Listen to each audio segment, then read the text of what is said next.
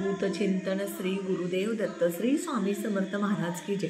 स्वामी दत्त सेवा या चॅनलवर तुम्हा सर्वांचे खूप खूप स्वागत। तुम्हा सर्वांचे आरोग्य उत्तमाचे राहू दे, राहिलेले आयुष्य आरोग्यदायी जाऊ दे, तुम्हा सगळ्यांना दीर्घायुष्यामध्ये अशी मी स्वामी चरणी प्रार्थना करते आणि माझ्या व्हिडिओला सुरुवात करते। बघा, आपल्या चातुर्मासात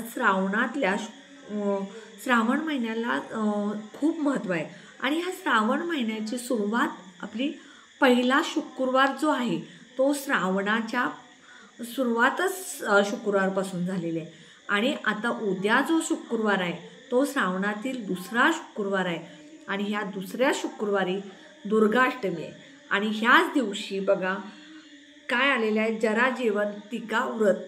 दुर्गाष्टमी आणि जरा जेवंतिका व्रत हे दोन्ही एका दिवशी आल्यामुळं अत्यंत शुभ योग आहे आणि आपल्याला या दिवशी जरा जेवंतिका व्रत म्हणजे जीवनी मातेची पूजा केली जाते आणि आपल्या मुलांच्यावरती पतीला आपण पुरणाचे दिवे, पुरणाचे मुटके जे असतात त्याचं औक्षण करत असतो आणि देवीला ओवाळत असतो, कारण आपल्या मुलांना पतीला दीर्घायुष्य मिळावं म्हणून आपण हे करत असतो। तर उद्या दुर्गाष्टमी आहे, दुर्गाष्टमीला आपल्याला अशा काही सेवा करायची आहेत कुलदेवीच्या, महालक्ष्मीच्या। त्यामुळं आपल्या घरामध्ये आपले जे पैशाचे प्रॉब्लेम आहेत, ज्या आर्थिक अडचणी आहेत त्या सगळ्या दूर होतील।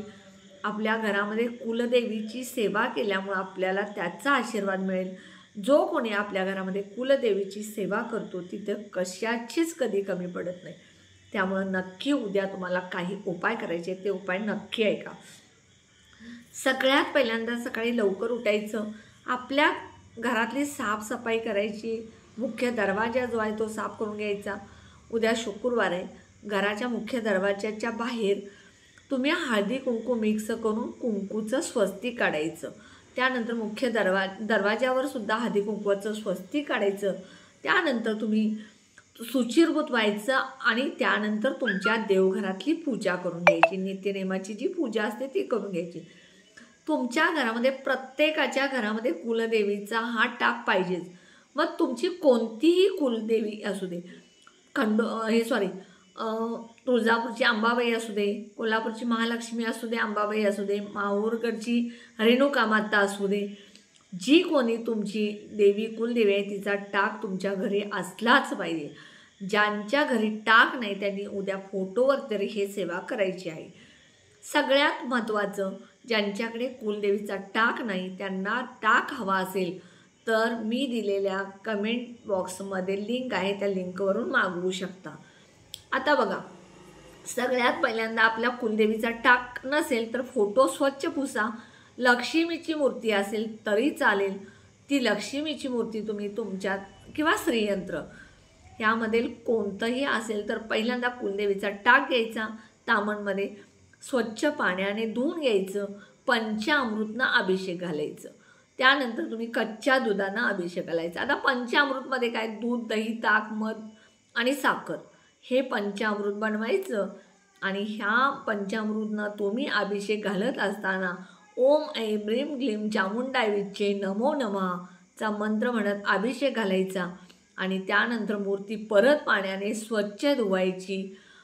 एका पाटावरती तुम्ही वस्त्र अंथरायचं, पिवळं वस्त्र अंथरायचं किंवा हिरवं, लाल वस्त्र अंथरायचं नाही, कारण उग्र कलर असतो आणि त्यामुळं आपल्या घरामध्ये त्रास होतो। त्यामुळे पिवळं किंवा हिरवं वस्त्र अंथरा आणि त्यानंतर त्यावरती तुमची मूर्ती जी आहे, टाक असेल किंवा जी श्रीयंत्र असेल, महालक्ष्मीची मूर्ती असेल ते ठेवायचं आणि त्यानंतर तुम्ही त्या मूर्तीला गुलाबाचं फुल असेल, फुलाची जे फुलाची वेणी मिळते ती, कमळाचं फुल मिळालं तर घालायचं आणि त्यानंतर तुम्ही ते आरती, अगरबत्ती, धूप, दीप ओवाळायचं आणि दूध साखरेचा नैवेद्य दाखवा किंवा उद्या आपल्या घरी श्रावणातला शुक्रवार असल्यामुळे पुरणपोळीचा नैवेद्य असतो, तो पुरणपोळीचा नैवेद्यसुद्धा दाखवा।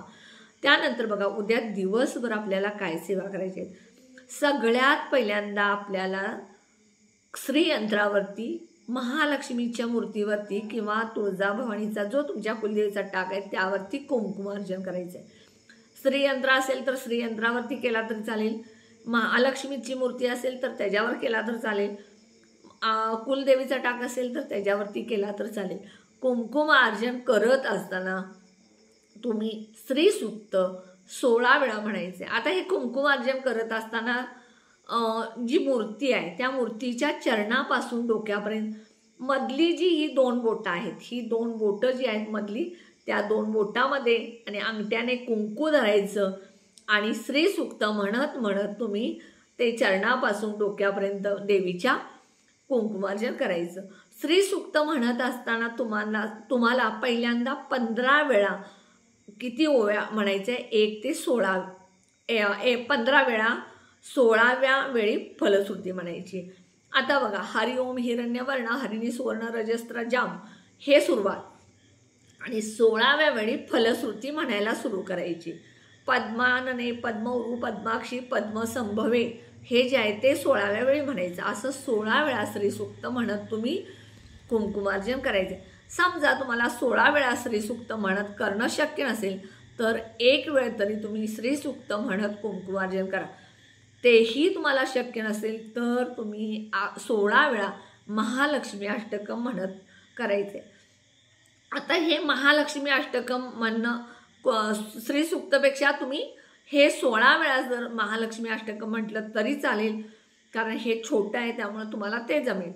आता काय बघा, महालक्ष्मी अष्टकम सुरू करत असताना पहिल्यांदा अतश्री इंद्रकृत श्री महालक्ष्मी अष्टकम, श्री महालक्ष्मी अष्टकम, श्री गणेशाय नमः, नमस्तेस्तु महामाये श्री पीठे सुरपूजिते शंखचक्र गदा असते महालक्ष्मी नमोस्तुते, इथून सुरुवात करायची. 1 ते 8 ओवीपर्यंत 15 वेळा म्हणायचं आणि 16व्या वेळेला संपूर्ण 1 ते 11 कडवी असतात ती म्हणायची. त्यानंतर उद्या कमलात्मक मंत्र म्हणायचा आहे. दुर्गा सप्तशतीचा पाठ नक्की करा, कारण दुर्गा सप्तशतीचा पाठ एका आसनावरती तुम्ही जर केला तर तुम्हाला ह्याच्यासारखं पुण्याचं काम नाही. जो कोणी दुर्गाष्टमीला, प्रत्येक दुर्गाष्टमीला तुम्ही दुर्गा सप्तशतीचा पाठ करायचा आणि कुंकुमार्जन करायचं, बघा तुमच्या आयुष्यात कधीच कशाची कमी पडणार नाही. त्यानंतर बघा, दुर्गा सप्तशतीचा पाठ करायचा. समजा तुम्हाला दुर्गा सप्तशतीचा पाठ करणं शक्य नसेल तर सिद्धकुंजिका स्तोत्र म्हणा. मी दररोज सिद्धकुंजिका स्तोत्र म्हणत असते. किती फक्त 3 ते 4 मिनटं लागतात. तुम्ही बघा करून, खूप छान आहे. इतकं छान वाटतं, म्हटल्यानंतर प्रसन्न वाटतं. सिद्धकुंजिका स्तोत्र रोज म्हणा. रोज सिद्धकुंजिका स्तोत्र जर तुम्ही म्हटला तर रोज दुर्गा सप्तशती पाठ केल्याचं तुम्हाला पुण्य मिळेल. त्यानंतर बघा, महालक्ष्मी गायत्री मंत्र, लक्ष्मी गायत्री मंत्र म्हणा. ओम महालक्ष्मीचे विद्महे विष्णू पत्नीचे धीमहि तन्नो लक्ष्मी प्रचोदयात, हे तुम्ही सुद्धा म्हणू शकता. त्यानंतर 11 लवंगांचा उपाय उद्या नक्की करा. जर तुम्ही 11 लवंगांचा उपाय केला तर ह्या 11 लवंगांच्या उपायानं तुमच्या घरामध्ये ज्या पैशाच्या अडचणी आहेत, तुमच्याकडे लक्ष्मी येत नाही आहे, आलेली लक्ष्मी स्थिर राहत नाही, अखंड लक्ष्मी प्राप्ती होण्यासाठी हा उपाय आहे. काय करायचं, 11 लवंगा अखंड घ्यायच्या 11 लवंगा अखंड घ्यायच्या. फूल असायला पाहिजे, न तुटलेल्या न फुटलेल्या 11 लवंगा घ्या आणि सगळ्या लवंगा हातामध्ये घ्यायच्या आणि सगळ्या नाही, 1 घ्यायची पहिल्यांदा आणि ती लवंग पहिली घ्यायची. 1 वेळ म्हणायचा ओम ऐं ह्रीं क्लीं चामुंडाई विच्चे, किंवा सगळ्या लवंगा 11च्या 11 लवंगा तुम्ही हातामध्ये घ्या आणि 108 वेळा ओम ऐं ह्रीं क्लीं चामुंडाई विच्चे म्हणा आणि तुम्ही माता लक्ष्मीला प्रार्थना करा की माझ्या घरामध्ये अखंड लक्ष्मी प्राप्ती झालेली आहे, लक्ष्मी प्राप्ती झालेली आहे, स्थिर लक्ष्मी प्राप्ती झालेली आहे, असं पॉझिटिव्ह बोला.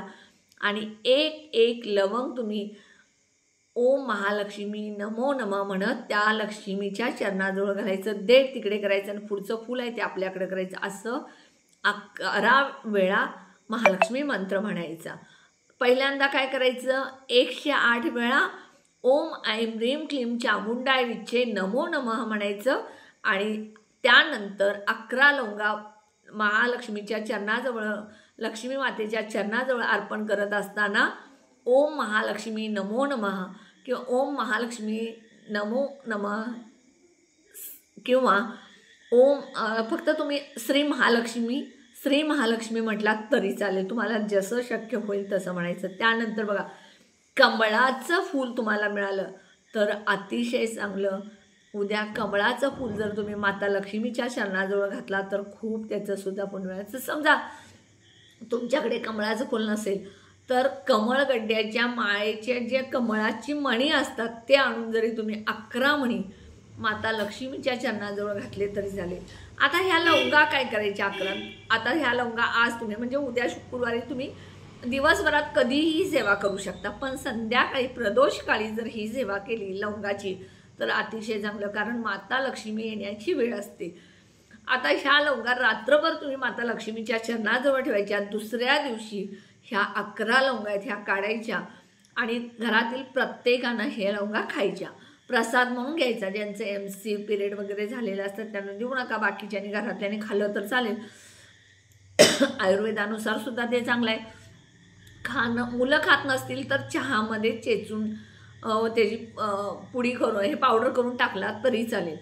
ह्यामुळं तुमच्या घरात त्या माता लक्ष्मीचा प्रसादही होईल आणि माता लक्ष्मीची सेवाही होईल. नक्की तुम्ही उद्या श्री सूक्त पठण 16 वेळा आणि त्यानंतर कुंकुमार्जन करायला विसरू नका. अजून एक महत्त्वाचं सांगते, मखाण्याची खीर बनवायची. मखाण्याची खीर बनवत असताना मखाणे जे असतात ते आणायचे. 1-2 मखाणे जरी तुम्ही घेतले तर चालेल. ड्रायफ्रूट्स, बदाम, काजू, अक्रोड, मनुके हे सगळं तुपामध्ये भाजायचं आणि थोडीशी साखर घालायची आणि त्याची पेस्ट करायची मिक्सरला. आणि त्यानंतर तुम्ही दूध उकळायचं आणि त्या दुधामध्ये त्या पावडरची खीर बनवायची. ह्या खिरीचा सुद्धा उद्या तुम्ही जर माता लक्ष्मीला नैवेद्य दाखवला तर ते सुद्धा तुम्हाला लाभदायक आहे. त्यातून सुद्धा तुमच्या घरामध्ये लक्ष्मी प्राप्ती होईल. हे सुद्धा उपाय तुम्ही उद्या करू शकता. उपाय नक्की करा.